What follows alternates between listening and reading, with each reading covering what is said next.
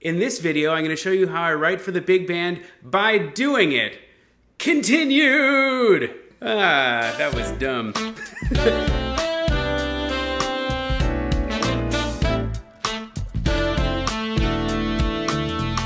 This video is part 2 of the Writing a Chart series of arranging for big band secrets revealed. The secrets are going to be revealed right now.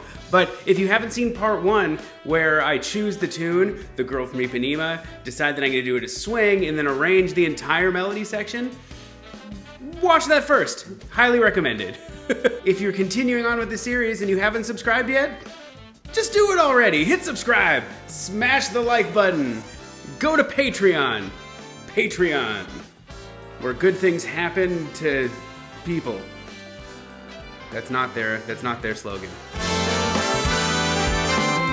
This week, I arranged a sax soli and a shout chorus. But your chart, if you're working on a chart, you might not have a shout chorus, you might not have a sax soli, you might not have either, you might have both. Those are all good decisions, and it kind of depends on how much time you have to work with and you know what you want your tune to accomplish. In the case of this Girl from Ipanema arrangement, it's a swinger, medium slow swing. I think I did a quarter equals 112.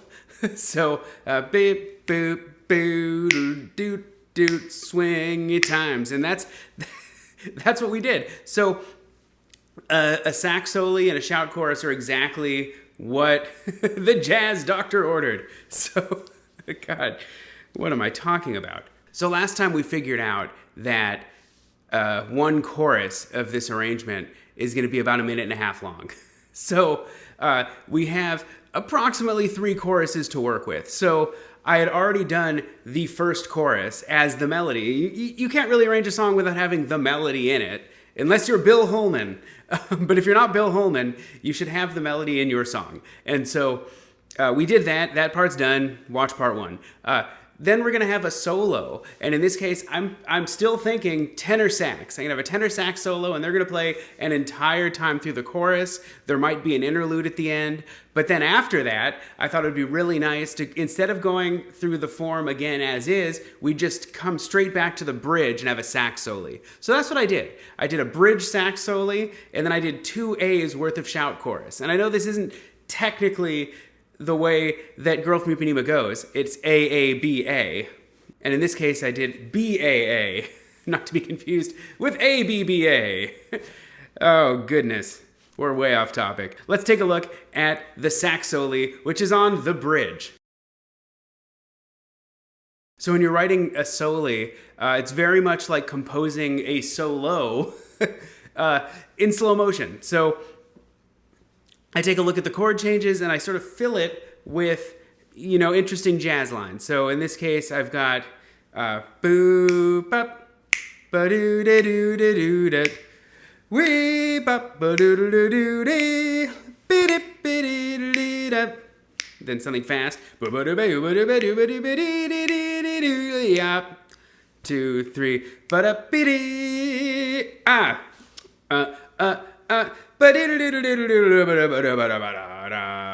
and so that's sort of where I'm at. So I composed this in the alto 1 line. And then it was a matter of deciding how I was going to orchestrate each part of it. So let's take a look at it measure by measure, I suppose, or phrase by phrase, honestly, and take a look at what I did. So the first 4 bars, or really the first 5 bars, I started by doing a closed voicing. So a little refresher, a closed voicing has the melody on top, a bunch of harmony, and then exactly 1 octave below in the bari sax, you've got the exact same melody, just an octave down. So closed voicing. So I started with that, and I decided that for my taste, the bari sax was a little bit high. Like the melody was high up, which meant that an octave down was still a little bit high for the bari sax. And because we're in a slow tempo, this is a really good opportunity to use one of our more spread voicings. So after I had already finished putting it in closed voicing, I switched it to drop 2. And it's funny to admit this, but I've been composing big band music in Sibelius since 2006, I think, maybe 2005. A long time, right? 15 or 16 years. And this was literally the first time I realized that I could just copy parts around between staves without. So previously, I would, if I was going to do those 4 bars and I did it in closed voicing, I wanted to make it drop 2, I would create 4 more bars and then copy and paste things into the right place, then delete the original 4 bars. But you don't have to actually do that. So what I did this time was I started by first of all I realized that there's only 4 parts, right? There's the melody, 3 harmonies, and then the melody again, which is basically the same part. So it's a matter of dropping the things into the right octaves and putting the lower octave in the right place. So the lower octave melody is going to end up in tenor 2 now, and bari sax is going to be the old alto sax 2 part. So what I did first was I copied the alto sax 2 part that exists in the closed voicing into the bari sax part and dropped it an octave. So that ended up where it's going to be. Then what I did is I copied tenor 1 and tenor 2 and literally pasted them exactly how they were, but up a stave. So now those parts are alto 2 and tenor 1. Because tenor 2 is really supposed to be the lower octave of the melody, I could just copy it out of alto sax 1, put it into tenor 2 and drop it an octave, and Bob's your uncle. Drop 2 voicing. To me, this sounded much, much better. So that's what I went with for the first 5 bars of the sax soli. So as a rule of thumb, when melodies are moving faster, you want to have a tighter voicing than if they're moving slower. Or slower moving melodies can support super spread voicing, whereas something moving really fast cannot. So in the case of measure 94, where I've got 16th notes through the whole thing, I went back to regular old closed voicing. But of course, because it goes really high, bari sax ends up being really high at the beginning of the next measure. So I kind of fudged it by having them drop a fourth on the 4th note of that repeated so the bari goes ba-da-da-da, so it could be down an octave ba-ba-lop, like really low, because I really wanted the super low bari on that quarter note on beat 4. Once I get to bari being super low, then I revert to my drop 2 in the first 4 saxophones voicing with no doubled melody. And then I kept with that type of orchestration through the next bar, so through bar 97. But going into bar 99, now we have another 16th note run. So I have the bari sax meet them up at closed voicing at the beginning, and we do the first octave as closed voicing, then the second lower octave becomes unison, straight old-fashioned unison. And by unison, I of course mean octave unison with the bari sax an octave below.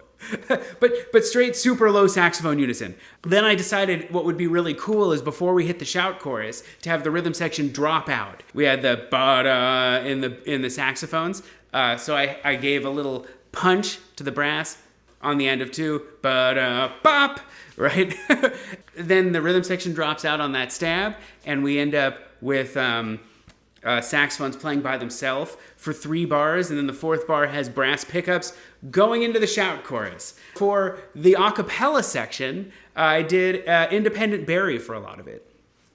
So the trick to getting a really good independent bari part is doing a drop 2 in the other 4 voices. So when I talked about in the saxophone voicing video, which you should watch, what I talked about in that is using a 4-voice drop 2 without the lowered octave when you only have 4 saxophones to work with. Well, in this case, because the rhythm section dropped out, the bari is acting like a string bass, right? They're a separate bass instrument playing a little bit contrapuntally to the rest of the section, at least at moments. So I thought of the rest of the section as a drop 2 and then put the bari down below. Then we get some pickups, and then we're at the shout chorus.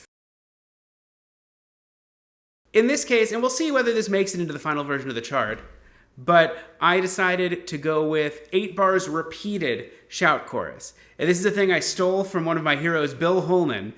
He did this on his arrangement, probably on multiple charts, but he does this on his famous arrangement of Stomping at the Savoy for Stan Kenton.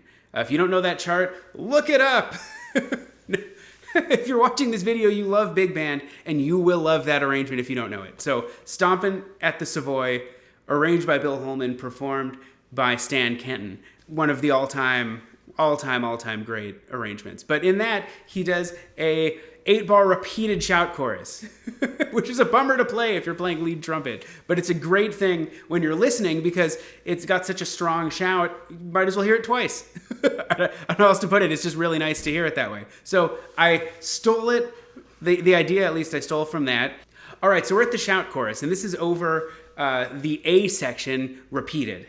So in this case, what I went with sort of a tried and true shout chorus formula, which is the brass with the bari sax and the root playing something really loud and then having saxophones fill in the middle. So I started by composing the brass part. So in this case, it's going like ba ba wa boo doo da, and then like 2 bars for the saxophones to do something complicated. Then we have ba-dee-dee-dee-da. Then probably big fat drum fill into the repeat. Ba ba wa boo doo doo. Right? It's gonna be cool. It's not gonna sound as cool when the MIDI plays it as when the band plays it later. But I from my experience, I think this is gonna work really, really well. Because the brass are a little bit higher, I went with a lowered octave. So the lowered octave. I doubled the lead part in the 4th trumpet.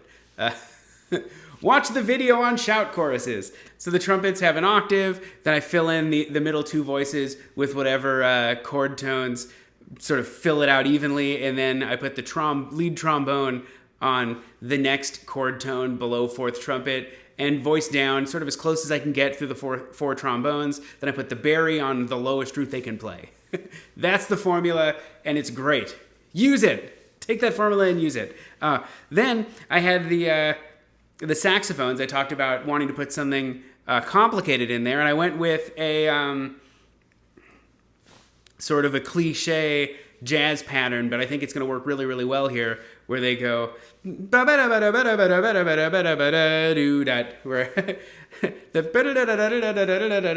is a it's sort of a soloistic pattern. You hear a lot of people play it in their solos, not as much as the lick, but it's out there. But because it moves so fast, I went with unison octaves. And I thought about doing perfect unison, but I think the octaves will provide good power right after that loud brass and bari sax thing right before it. So to sort of match that intensity, I went with octaves. If you disagree, put it in the comments. Perfect unison for life. No, but then the ba-da-da, I harmonized, and you can pause the video and analyze it if you want to see what harmonies I went with. I'm sure they were super interesting. And then I filled out, I put another fast lick in between measures 109 and 110, and that was mostly, I listened to the playback and just sang something and then threw it in there, because that's how music is written. At least that's how my music's written. And then I put that triplet figure over the last half of the phrase, just to kind of give it a little more interest. That is going to be fighting against, I mean, it's not fighting because we're in swing and triplet works against swing 8th notes. But it's just sort of adding to the complexity of the sound of that moment. You're not going to hear that line specifically as its own line, as much as there's a bunch of stuff going on and then they're together. It'll create that effect, and it should be really, really nice at the end of a shout chorus. So this is all written, it's in Sibelius, we can listen to playback. Here we go!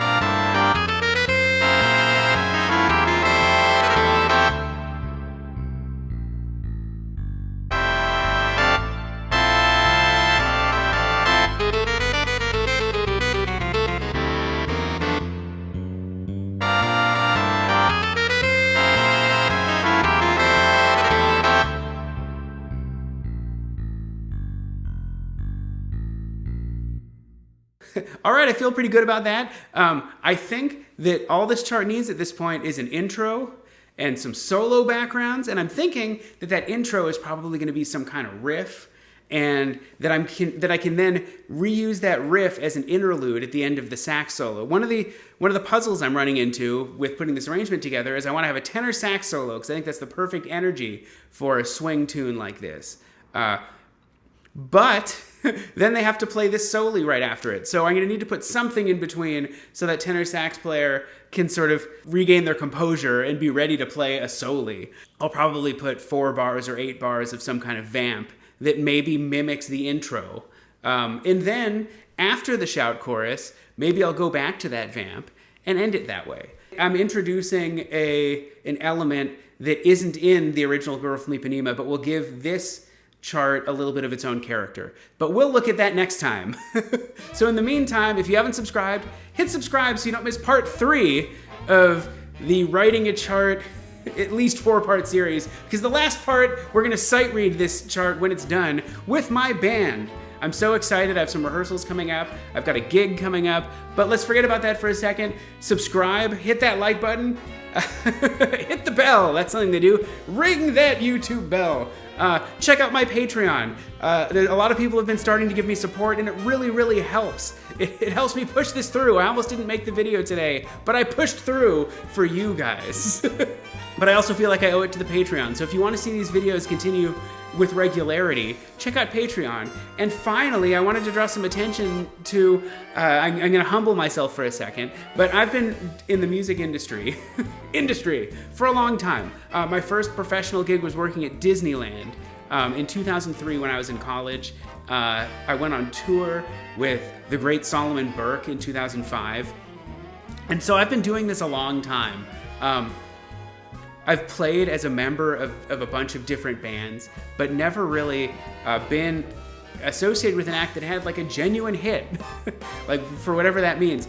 But in the last year, I've been writing horn arrangements for an artist named Adam Smith, and he has had some really, really big success in the last year. And it's so much, in fact, that I bet if it weren't for the pandemic, we would have been on tour. So you can thank the pandemic for this series happening, because I might have been out of town.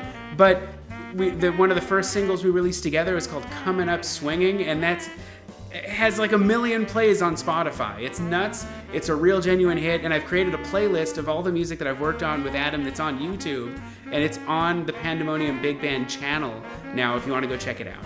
So that's another facet of who I am as an artist. And I'd like you guys to check it out. And also, leave a comment if you want me to do a tutorial on how I write parts for electro swing. It is definitely different than the way I arrange for a big band, because there are a lot of other considerations to make in that particular genre. So with that, I look forward to getting your comments, and I will see you guys next time. Goodbye.